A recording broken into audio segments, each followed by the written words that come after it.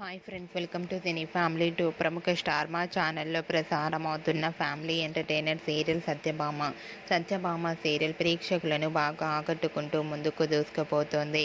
ఈ సీరియల్లో హీరో క్రిష్కి చెల్లెలు క్యారెక్టర్లో, నందిని క్యారెక్టర్లో యామిని చాలా అద్భుతంగా నటిస్తూ మంచి పేరును, గుర్తింపును, సక్సెస్ను అందుకుంటుంది. యామిని తనకు సంబంధించిన ప్రతి లేటెస్ట్ అప్డేట్స్ని ఎప్పటికప్పుడు తన ఇన్స్టాగ్రామ్లో షేర్ చేస్తూ ఉంటుంది.